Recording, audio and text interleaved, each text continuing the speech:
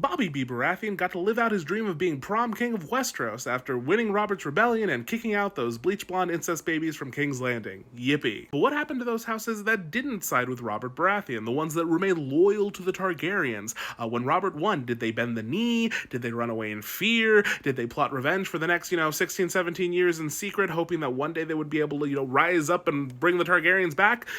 Well, let's talk about it. But first, let's do a little refresher on who sided with who sided with Robert, who sided with the Targaryens, and who said, I'm Switzerland, I'm neutral, please leave me alone. Looking at you, Greyjoys, looking at you right there on your dumb little rocks. Anyway, let's start with the rebels, as Robert and company were so lovingly called. So the rebels were comprised, obviously, of Storm's End, the Stormlands over here, the seat of House Baratheon. You had House Aaron in the Vale. You had the Riverlands, led by House Tully, and then you had the Starks up in the north. So you had 4 of the 9 regions joining the rebellion. Also, quick sidebar, don't forget to comment in the comments whatever you want me to talk about, because that's where I get all my topics from, so please include that. Also, don't forget a new podcast episode in the logical places. Cool, let's get back to the video. Next, you have the Loyalists, those who stayed with the Targaryens, who said, no, for crown and country, we stick with you, crazy bleach blonde man who likes to burn people,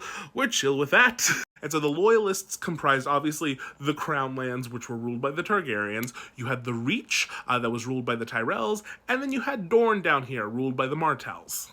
And then finally, who was neutral? Who said, a war isn't for me, I'm all love, baby. They didn't say that, but that's, what they feigned. Well, you had the Westerlands, led by the Lannisters. They remained neutral for a very long time, for most of the rebellion, in fact. And then you have the Greyjoys out in the Iron Islands, which is just funny, because they like war. But at this point in time, the Greyjoy leader was actually the one decent Greyjoy. I will be nice to him. His name is Kellon. Kellon Greyjoy is the only non-Greyjoy acting Greyjoy. I don't know how else to put that.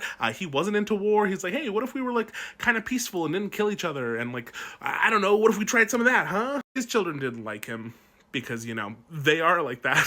So those are all the sides that existed at the beginning of the rebellion, but the end of the rebellion looked slightly different because, hey, the neutral people decided to not be neutral towards the end. So the Greyjoys basically decided to enter very late. Kellon was persuaded by his sons to join the battle. Once it seemed like Robert was probably going to win, I believe this was after the Battle of the Trident, where Robert took out Rhaegar, and it was then that the Greyjoy boys were all like, we want to fight, Dad, please let us. And Kellon's like, fine, we can fight.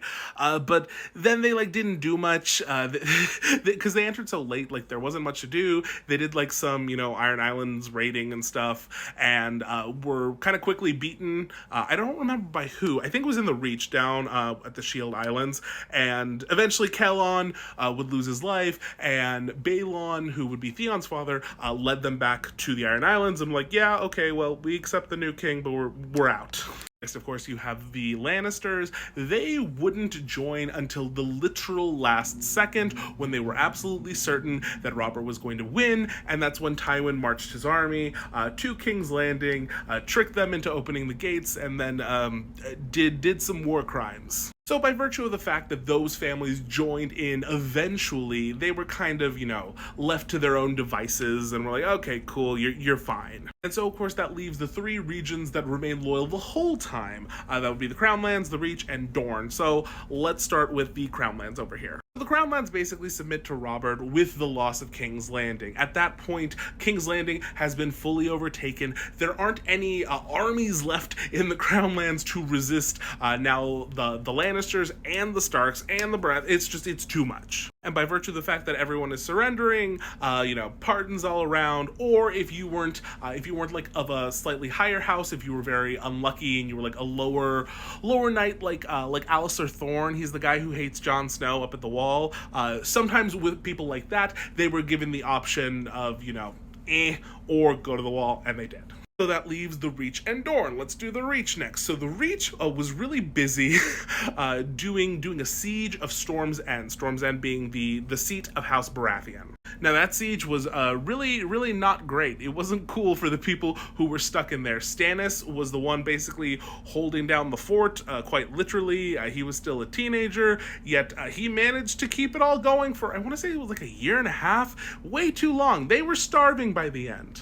But eventually, Ned Stark and his army would come up to where they were sieging the place. He would go up to the Tyrell army, and the Tyrell army, realizing that the Targaryens are gone, is like, yeah, I guess you're in charge now. And they quickly dip their flags and like, yep, we submit, you're in charge, all good, all good, all good. Now, while it's not shocking that they submit super quickly, it is a little bit in the sense of the Tyrells really do owe everything to the Targaryens. And yes, the Targaryens are basically, for the most part, gone at this point, with, the notable exception of Rhaella and Viserys over on Dragonstone. But the Tyrells really do owe the Targaryens everything. It's not a mistake that they are one of the big houses that remain loyal to the Targaryens, because remember, the Tyrells are not a very old family themselves. They have only been in charge of the Reach, have only had Highgarden since the Targaryen conquest, because before it was a completely different family. It was the Gardeners, and the Tyrells were just their stewards. And so they were pretty low on the food chain, and the Targaryens are who raised them up. But Mace Tyrell isn't going to fight a losing battle. He'd rather just eat on the battlefield, as he did during the Siege of Storm's End. While everyone was starving, he was feasting literally outside the walls. So yeah, Mace is like, I give in. And finally, there's Dorne. Now, Dorne becomes kind of the prickly situation, because after everyone else submits, they are not too happy because of the unaliving of Elia Martell, the princess, Rhaegar's wife, and her children. So Dorne takes actually a minute to submit, because the countryside in Dorne is very unruly. There's a lot of chaos. There's a lot of hot tempers going around. It said that Oberyn Martell basically wanted to try and raise an army to march and install Viserys as the next king. But eventually, within the year of the rebellion ending, Jon Arryn, who is now the Hand of the King under Robert, travels to Dorne, sits with Doran Martell, the Prince of Dorne, and tries to smooth it all over. Now, it eventually works, and the Dornish submit to the rule, but it's still uneasy. Kind of like the Tyrells, the Dornish were particularly close to the Targaryens, because remember, Dorne didn't join the Seven Kingdoms for a long time. They were the only kingdom that was able to resist being conquered, and they only joined willingly through marriage pacts that granted them and their region a lot more power and a lot more autonomy than the other kingdoms in Westeros. So they had a vested interest in the Targaryens, remaining in charge, because their position within the kingdom is, very much connected to them. Now, while Mace Tyrell and the Reach would submit and be happy to do so, the Dornish, they got some secrets.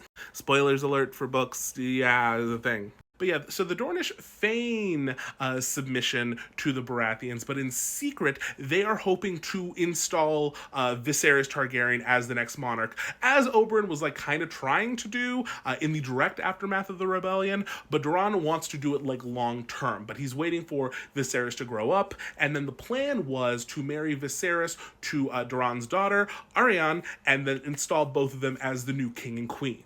Now, obviously, there was a whoops with Viserys, so we'll have to see how that turns out. But Arianne might meet another Targaryen who possibly named Young Griff, and maybe something will happen. Maybe it'll lead to bad things. We don't know.